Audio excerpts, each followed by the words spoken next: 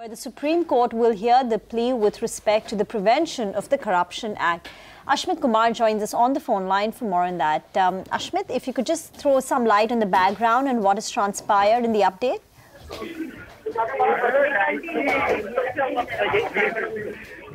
Ashmit?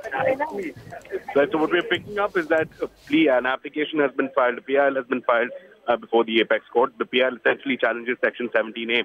Now, let's keep in mind the context of 17A. Prior to 17A, we had a section called Section 6A. The Section 6A essentially held that for any investigation against a government officer, the sanction of a joint secretary or a higher level officer was required. This was found to be illegal and void by the Apex Court. Subsequently, an amendment was brought in referred to as Section 17A. What this effectively did, that across the board for all bureaucrats, for any level of government officers, irrespective of rank and profile, for any investigation to be begun by the CBI, it would require the sanction of the appointing authority or the government officer in question. Now, that has been the subject matter of petition of the challenge here before the Apex Court. The petition essentially argues that this will cause unfound delays, that this will compromise secrecy of probes, and that this is a big stumbling block as far as investigating agencies are concerned. What the Apex Court has done, importantly, is that it has agreed that there is a case that has been made out. It needs to be heard. It needs to be decided, especially since Section 6A has already been held to be unconstitutional. And on the back of that, a notice has been issued to the centre. The centre will have to come back with its reply. It has been granted 6 weeks' time. And subsequent to that, they will be heard by the Apex Court. The hearing in this case resume for 6 weeks. Back to you. Okay, all right. Thanks so much, Ashmit, for joining in and filling us in with all those details. But let's get back to what Anisha was telling us in terms of the revival, and maybe H2 will look much better. We have with us Renu Beth, Vice President Research at IIFL Institutional Equities, who joins us. Thanks so much, Renu, for talking to us today. Well, as Anisha was telling us, Q2 was strong for industrials on all parameters. But do you think that there was any kind of lumpiness or base effect to it? Or would you say there was some genuine pickup in execution?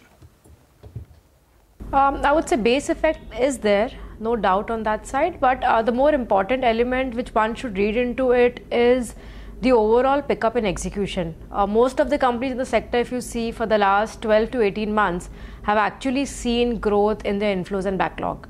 And now what you're starting to see is those inflows are getting executed and getting converted into revenue base. So I think the revenue acceleration that we have seen is definitely genuine. To some extent, the growth numbers can be adjusted for lower base, which was there in last year due to GST. But even despite that, if you look at the first half growth has been in double-digit terms. So 15 to 20% growth that we have seen in the first half for the sector as a whole is definitely a reflection of the strength that we are seeing in the base demand from the end markets and the cycle in which we are into now. Okay, so despite a favorable base effect, you do see some pickup in the investment cycle. In that case, which stage of the investment cycle are we currently in, Renu? From an investment cycle perspective, I think I would put it across that probably we are in the second year of the cycle. Usually, as in from a bottom-up perspective, as in we are already done through the trough of the cycle. In the first 12-18 months, if you see in a typical cycle, what really happens is you see growth coming in from the short cycle businesses, growth coming in from the industrial consumable businesses. And from a private sector capex perspective, you will see most of the demand coming in from brownfield expansions, debottlenecking exercises, or programs which companies undertake to improve the energy efficiency or productivity levels. So that is exactly what we are seeing today. Most of the short cycle businesses, which largely cover demand from the motors, pumps, compressor segment, demand related to emission norms, or for that matter, demand coming in from the industrial abrasives or consumable segment. So all these categories now actually have been growing at double-digit terms. So that I think is the initial clear indicator that we are in the first or the second year of the cycle. And the second corollary year, if one looks through, is X of the short cycle businesses. How is the demand for the rest of the market? So I would say to that extent, infrastructure segment has led the demand pattern in this cycle, be it demand from the road construction space, rail EPC space, power T&D, even from the state SEB segment of the market has been doing fairly well. Water segment, which probably was missing throughout the last cycle, has come up really well in this cycle. So the government infra-led spend has remained pretty firm, and in fact we have seen a reasonable amount of acceleration in the last 6 to 9 months after GST. So that is another point to highlight here. Well, Renu, just to take that point forward, you had mentioned infrastructure, abrasives, short supply industrials. They are seeing a bit of a pickup. So how do you play this theme? Through stocks? See, the short cycle names are clearly known, and if we see the abrasive companies, they have been doing really well. But where we would like to also play across, as in terms of coming years, infrastructure remains the backbone of investments in this cycle. And last cycle, we are not seeing conversions of all the growth drivers or all the capex elements together.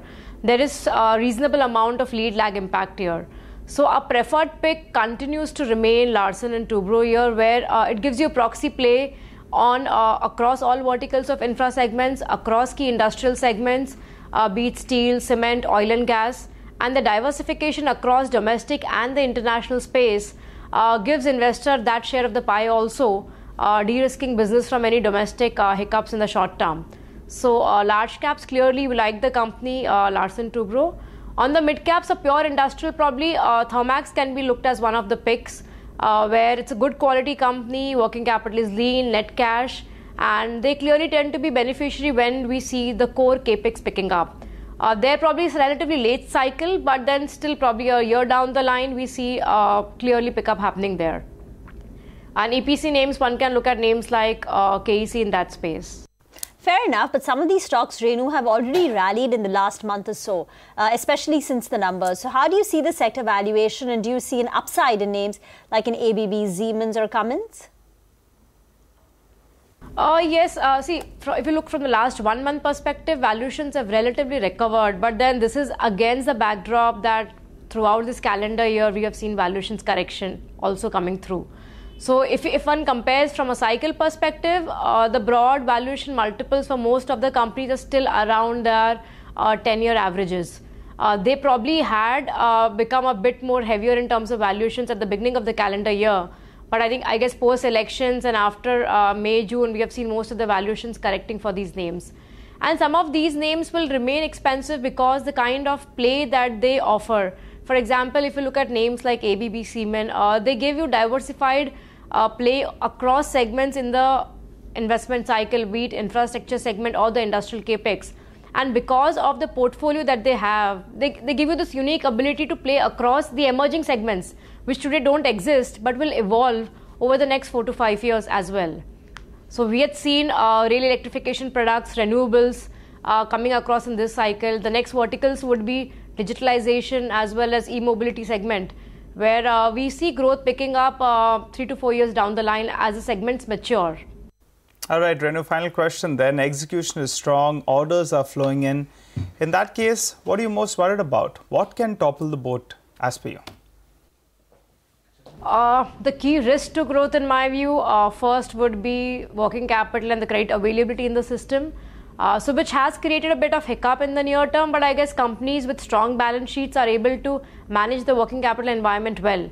But from an end customer perspective, credit availability remains an issue that could weaken out the investment momentum, which ideally should be, especially from the mid and small size companies in the sector.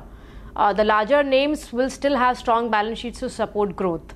That is one. And second, I think we also have to look in terms of how the end demand is there from the market.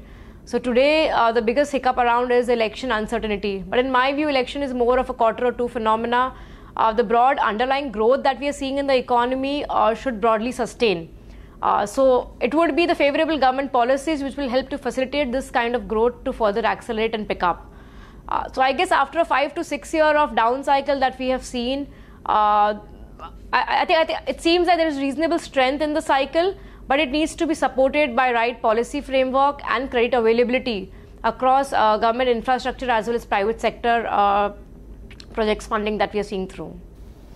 Okay, Renu, thank you very much for your time this afternoon.